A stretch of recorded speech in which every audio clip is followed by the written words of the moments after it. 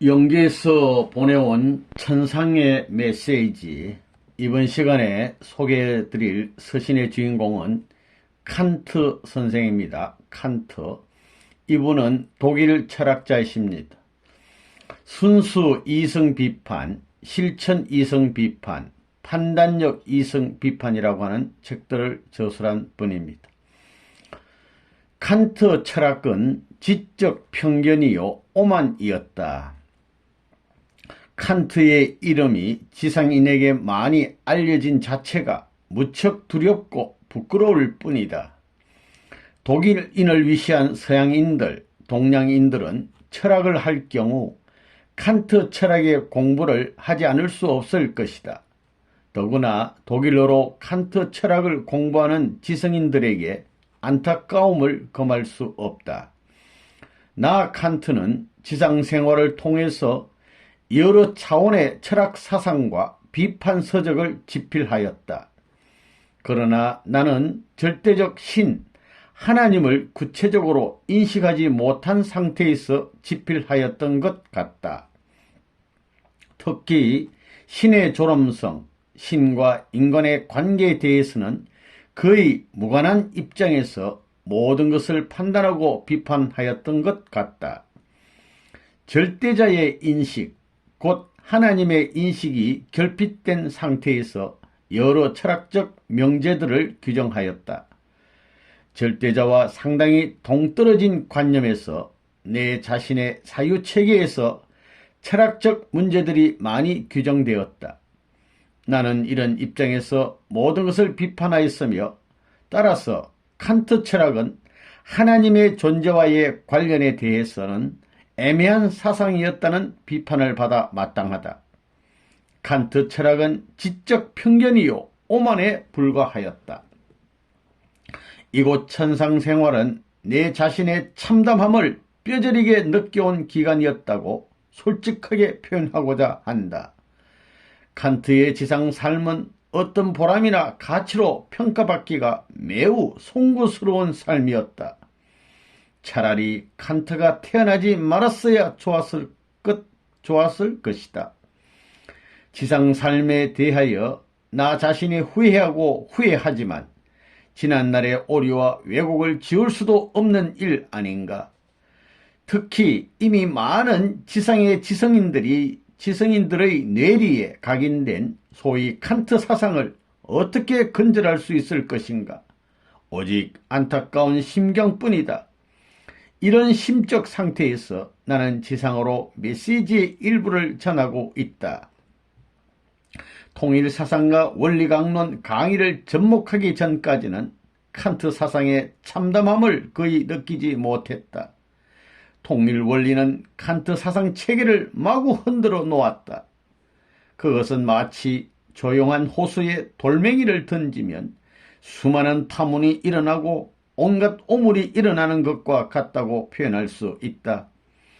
통일 원리를 접목하자마자 그동안 자만해왔던 칸트 철학의 편견과 오류가 한꺼번에 드러났다. 특히 하나님 앞에 그리고 문선명 선생님, 참부모님 앞에 엄청난 가오를 범했다고 솔직하게 고백한다. 통일 원리는 칸트의 3대 비판서, 순수 이성 비판, 실천 이성 비판, 판단력 비판을 근본적으로 철저하게 비판하였다. 논리적으로 그렇게 비판받아 마땅하다. 이것은 일반 논평자의 입장이 아닌 저자의 입장에서 솔직하게 수긍하는 비판이었다.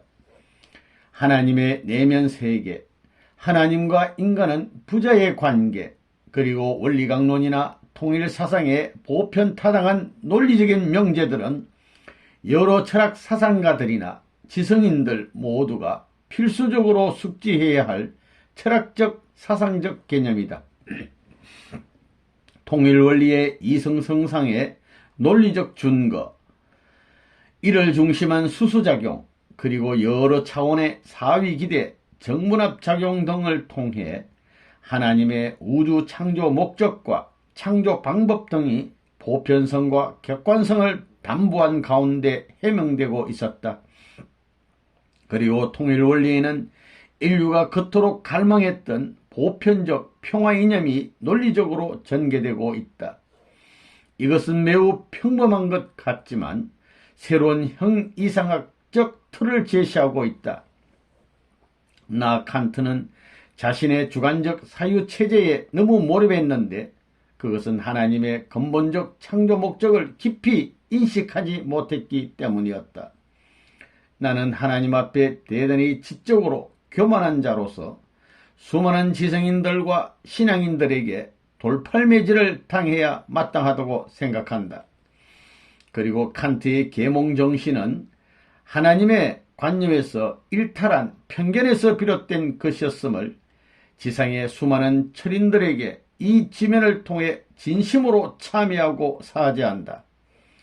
이제 진심으로 하나님의 자녀, 참부모님의 자녀의 입장에 서기 위하여 지난날에 편향된 관념에서 벗어나 새로운 관념으로 살고 싶다.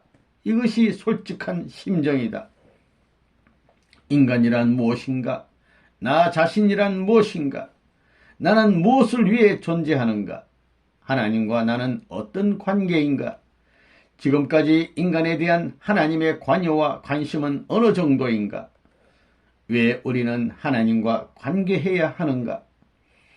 오늘날까지 지상인과 천상인의 삶의 방향과 목적은 어떻게 설정할 것인가? 앞으로 인류는 어떤 유형의 라이프 사이클을 형성해야 하는가?